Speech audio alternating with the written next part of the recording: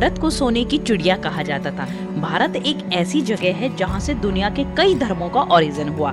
शिक्षा के क्षेत्र में भारत अग्रणी रहा था। भारत से कई महान विद्वान और महान धर्मगुरु पैदा हुए, लेकिन साथ में ही भारत ने कई अतिक्रमण भी झेले, जिनमें से एक था मुगलों का और अफगानों का, जिसके कारण भारत ने कई त्रासदियां झेली। उनमें से एक त्रासदी है नालंदा विश्वविद्यालय के खात्मे की, जिसको बख्तियार खिलजी ने जलवा दिया था। अब सवाल उठता है कि बख्तियार खिलजी कौन था और उसने क्यों नालंदा यूनिवर्सिटी को जलाया था। नालंदा यूनिवर्सिटी को राख करने के पीछे बख्तियार खिलजी का कौन सा मेन मोटिव था। दोस्तों, मेरा नाम है प्रियंका ठाकुर और welcome to my channel earth around 10। दोस्तों, इन सारे सवालों का जवाब आपको आगे वीडियो में मिलेगा, पर उससे पहले चैनल को सब्सक्राइब कर दो और बेल आइकन को प्रेस कर दो। दोस्तों, सबसे पहले हम बख्तियार खिलजी के बारे में बात करेंगे कि कौन था वह क्रूर शासक जिसने भारत की सबसे बड़ी धरोहर नालंदा यूनिवर्सिटी को आग के हवाले किया। इख्तियार अल-दीन मोहम्मद बख्तियार खिलजी, जिसे बख्तियार खिलजी के नाम से भी जाना जाता है, एक तुर्क अफगान सैन्य जनरल थे जिन्होंने बिहार के पूर्वी भारतीय क्षेत्रों में मुस्लिम विजय का नेतृत्व किया और इस्लाम धर्म स्थापित किया। 1197 और 1206 बीसी के बीच भारतीय उपमहाद्वीप में खिलजी के आक्रमणों ने बौद्ध भिक्षुओं का पलायन और हत्या कर दी और उत्तरी भारत में उच्च शिक्षा के पारंपरिक रूप से बौद्ध संस्थानों को गंभीर नुकसान पहुंचाया। बिहार में खिलजी के शासनकाल में बौद्ध धर्म के विस्थापन के लिए जिम्मेदार था इस्लाम। बख्तियार ने तिब्बत अभियान भी चलाया, जिसमें 1206 में उनकी मृत्यु हो गई।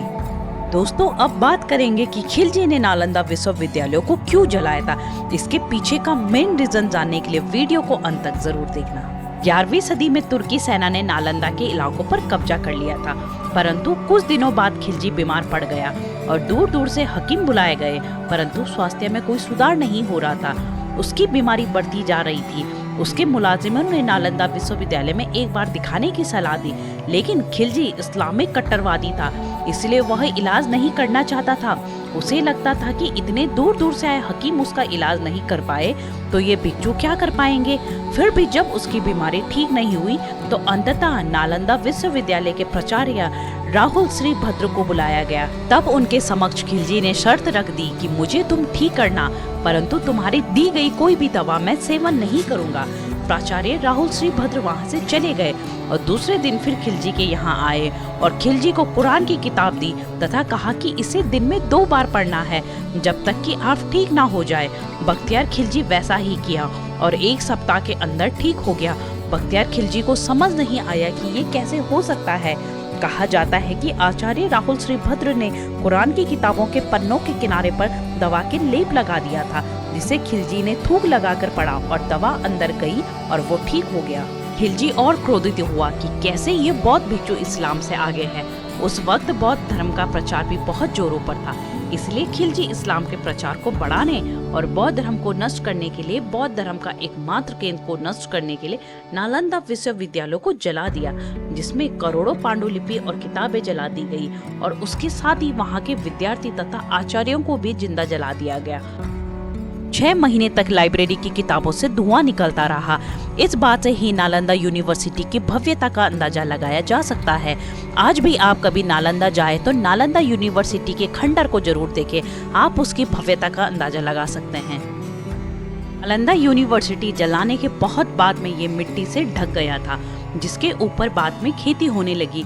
परंतु जब नालंदा विश्वविद्यालय के बारे में पहली बार चीन के इतिहासकार वेनसांग और इत्सिंग ने बताया था, ये दोनों एक चीनी यात्री थे जो कि 7वीं शताब्दी में भारत आए थे और उन्होंने इसे दुनिया का सबसे बड़ा विश्वविद्यालय बताया था। तब यहाँ 1 किलोमीटर के दायरे में खुदाई हुई तो ये खंडर दिखाई दिया, जिसपे जले के निशान आज भी देखा जा सकता है।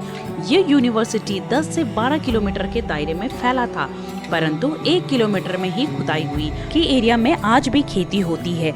यहाँ के कुएं आज भी सुरक्षित हैं। अब हम आगे बात करेंगे कि नालंदा यूनिवर्सिटी में ऐसा विशेष क्या था कि खिलजी को इसे नष्ट करना पड़ा। तो जानिए, यह विश्व का प्रथम बोर्डिंग विश्वविद्यालय था। विकसित स्थिति में इसमें विद्यार्थियों की संख्या करीब 10,000 एवं अध्यापकों की संख्या 2,000 थी।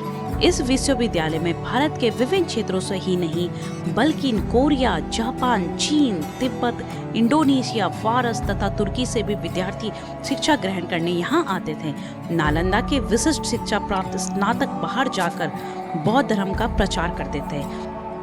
बिहार राज्य में पटना से करीब 90 किलोमीटर दक्षिण पूर्व और राजगीर से 12 किलोमीटर उत्तर में एक गांव के पास था वह महान बौद्ध विश्वविद्यालय, जिसकी खोज अलेक्जेंडर कनिंघम ने की थी। नालंदा वह जगह है जो 6th सेंचुरी BC में पूरी दुनिया में ज्ञान का केंद्र था। इस यूनिवर्सिटी की स्थापना गुप्त शासक कुमारगुप्त प्रथम ने की थी। महायान बौद्ध धर्म के इस विश्वविद्यालय में हीनयान बौद्ध धर्म के साथ ही दूसरे धर्मों की भी शिक्षा दी जाती थी। मशहूर चीनी यात्री वेनसांग ने भी यहाँ साल भर शिक्षा ली थी। नालंदा यूनिवर्सिटी जो कि 300 कमरे का था और उसमें 9 मंजिल की एक भव्य लाइब्रेरी थी जिसमें 90 लाख किताबें रखी गई थी। यह विश्वविद्यालय दुनिया का पहला विश्वविद्यालय माना जाता है जिसमें पढ़ने के लिए कठिन परीक्षा से गुजरना पड़ता था। हमारे देश का दुर्भाग्य देखो, जिस बख्तियार खिलजी ने लाखों लोगों को मारा और नालंदा यूनिवर्सिटी को जलाकर नष्ट कर दिया हो, उसके बावजूद आज भी उसके नाम से गांव और रेलवे स्टेशन है। आज वो किताबें होती तो हमारा देश पुनः ज्ञान का प्रकाश फैला रहा होता। वैसे लोगों के नाम का रेलवे स्टेशन होना ही देश के लिए दुर्भाग्य की बात है। दोस्तों, आज की ये वीडियो हम यही समाप्त करते हैं। मिलते हैं आपको एक नई वीडियो के साथ। जाने से पहले चैनल को सब्सक्राइब करके जाना। जय हिंद।